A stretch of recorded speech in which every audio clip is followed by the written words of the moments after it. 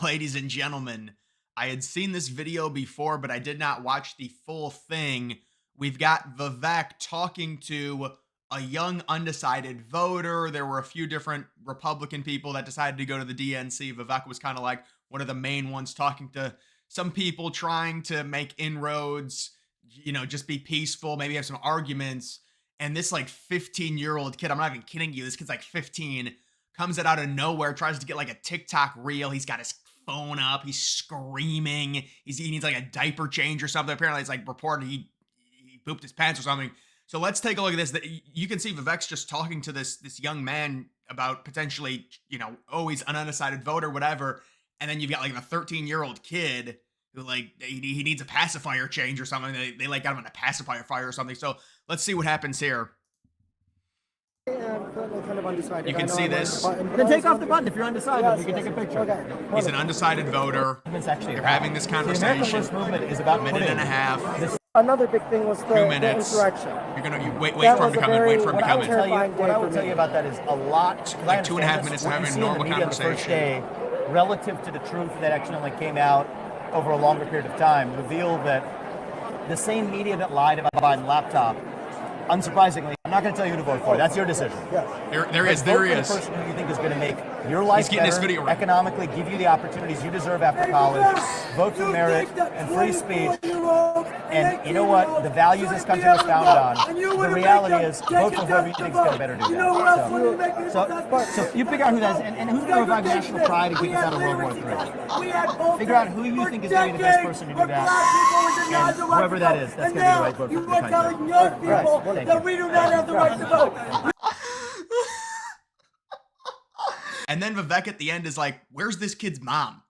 I mean, this is like a 13-year-old kid running around the DNC just crazy. I mean, look at this kid. This is a 13-year-old kid. So you figure out who that is, and who's going to revive national pride and get us out of World War III. Figure out who you think is going to be the best person to do that, and whoever that is, that's going to be the right vote for the country. Dude, look at the poor independent voter. Vote for whoever you think is going to better do that. So you figure out who that is, and who's going to revive national pride and get us out of World War III. Figure out who you think is going to be the best person to do that. Where's this kid's mom? Whoever that is, that's going to be the right vote. Oh my God. That was just hilarious. Kamala Harris, no speeches, no interviews, no policy, just propaganda. This is brutal. This is brutal. Seriously. This goes to show you how powerful, and we can say these polls are fake, and a lot of them are. A lot of them are fake. Now we've got Canada doing polls, Canada coming out and saying that, oh, we got a new poll, the Democrats are up, Kamala's up by 7 or 8 points. It's all ridiculous. They want liberals to win. And now when you're on Twitter, or excuse me, X, when you interact with liberals, I mean, let me tell you the inside scoop on these people. You've got some liberals who will be honest, they're like, yes, we are communists. We have to slow roll the communism. That's why we introduce socialism, because we want to acclimate people to it, and we're admitting we want communism after that. They'll tell you just got to ask. And now when you interact with these people, and I did it yesterday, let me be honest, like 90% of them are either socialist or communist. They're heavy socialists, and it's like this Socialist America account, and they're all obsessed with all these polls. So they're like, I mean, listen, you got us. We are socialists. We're communists. It is what it is. We don't really care. That's what liberals have come out and say. So they're all communists. They all hate the country. They hate capitalism. They think white people are evil. They think white people need to give up their net worth to immigrants and minorities because, I mean, we have inherent wealth. That's what they say. So that's really what they think, and this is why this is so bad. They say that that Trump people are a cult when, I mean, we're trying to avoid World War III, and you've got things like this where, how is this even possible? Kamala Harris, if anything, in a perfect world, Kamala Harris would go down even lower in terms of her approval rating. I understand you could say, well, there's going to be propaganda now that she is the nominee, and they're going to, you'd think it'd go up for sure. But let's just factor in the idea of what has she done to really prove herself as an actual candidate. You would think she would have to go above and beyond because she did not win the primaries. So she has had no Democratic debates against the other candidates. She was installed with a horrible approval rating, and she's done nothing but run and have horrible policies that have either been stolen from Trump or Vance or socialist slash communist type agenda. And it's like, oh, how is everyone going to pay this? Well, we're going to tax people with money they don't have. It's like the unrealized gains tax. But like, you would think in a perfect world, if we're just grading Kamala from the time that it was announced she was going to be the candidate until now, I would have her, if she was at 37% in terms of favorability, she should go down. You need to prove to us you haven't done anything. You've ran from the media. There's not one remarkable moment. There's not one remarkable speech I can say, oh yeah, she's definitely going to go up. It's all this fake like hype and joy and all that stuff. It's all ridiculous. There's no policy, there's no substance, yet she goes up in terms of favorability from 37 to 45 in the span of about a month because these people are gerbils that are trained by the media, and then they accuse Trump supporters of being a cult. She hasn't done anything. You would think that it would be like, honey, you need to prove yourself here and do something. Like, do you think we're dumb? But I guess she doesn't have to. And now the Democrats are saying, don't say anything. Don't go out. Don't talk to people. Whenever you talk, you go down in the polls. Shut up. And so that's what's going on there. We've got RFK Jr. tweeting out this, make America healthy again. And so, yes, this is part of the reason why Kamala Harris and the Democrats didn't want RFK Jr. They don't believe in this. They think, oh, you can be healthy at 500, 600 pounds. That's what they believe because they don't want to offend anyone. But RFK Jr., this is a true super team. This is RFK Jr., Trump, Elon Musk, even just those three. So this is what's going to happen. Trump's going to go to Virginia. He's going to have a rally with Tulsi and RFK Jr. Wait, no. Tulsi and Glenn Youngkin. And that's going to win him Virginia. And then he's going to have massive rallies with Elon Musk and RFK Jr. This is just crazy. You've got liberals who have to like lie and say Beyonce's going to be there. They're like, nobody's going to watch this speech. Nobody cares about this woman. Kamala, I'm talking about. Nobody cares about her. So we need to lie to people and CNN and TMZ and all of it and say Beyonce's going to be there. And that's really when it comes to the Democrats and they're talking about, oh, Kamala's got another move up her sleeve.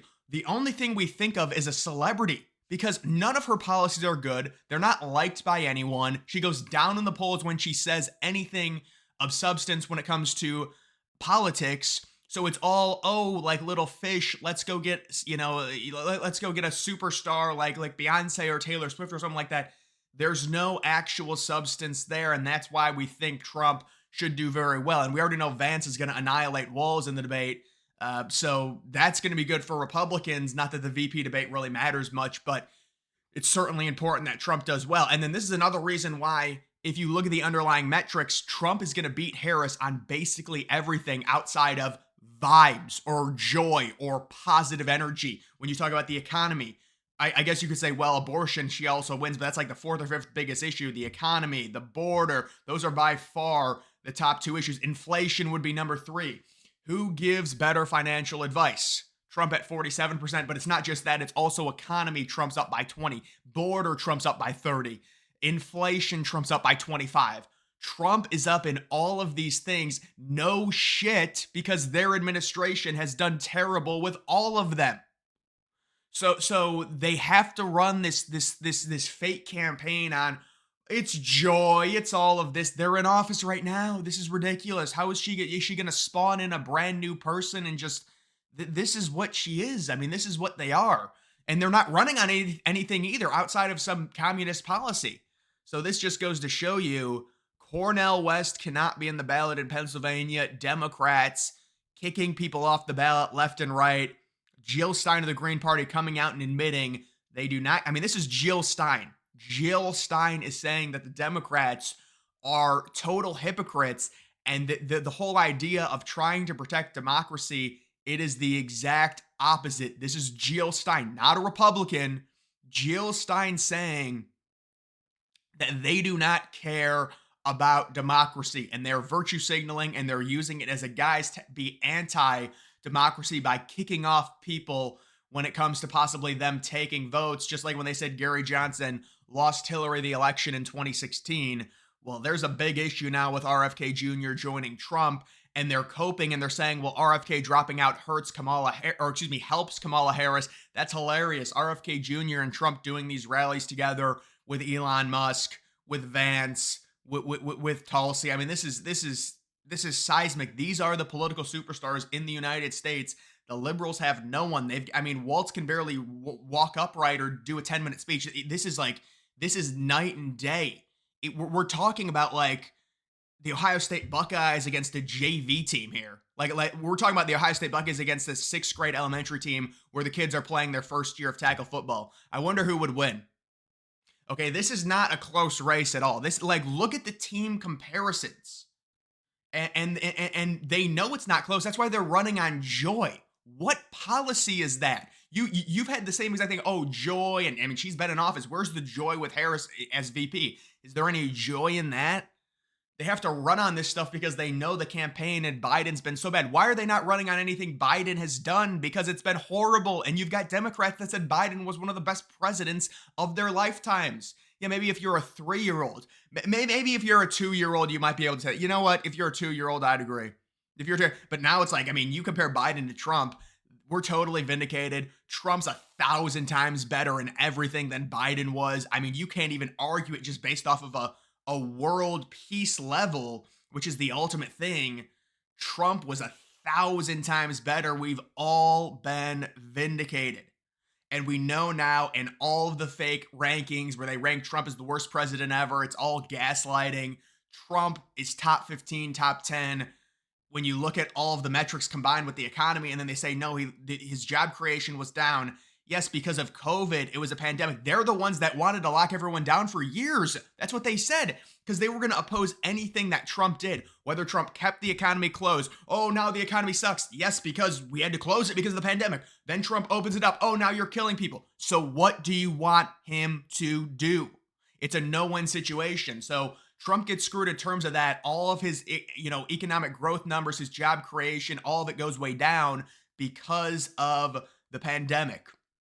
And so now everyone can see this. They're kicking people off ballots. It's happening. They're threatening Cornel West. They're threatening Jill Stein because they're afraid they're going to take votes away from them and their stranglehold on power. They've had power for long enough. It's 12 of the last 16 years. They've gotten enough. It's time to give it over to Trump. And then also the Republicans need to have another chance in 2028 and also 2032. So we at least need, a good 12-year stretch here of Republican presidents to try and save things. That's what we need. Because they've had 12 of the last 16 years. They've had enough. It's been more than enough with them. It's been more than enough. Or is it 16 out of the last 20 years? No, it's 12 of the last 16. But either way, guys, that is going to do it for this video. Make sure you follow me on X. Link to that's always in the description.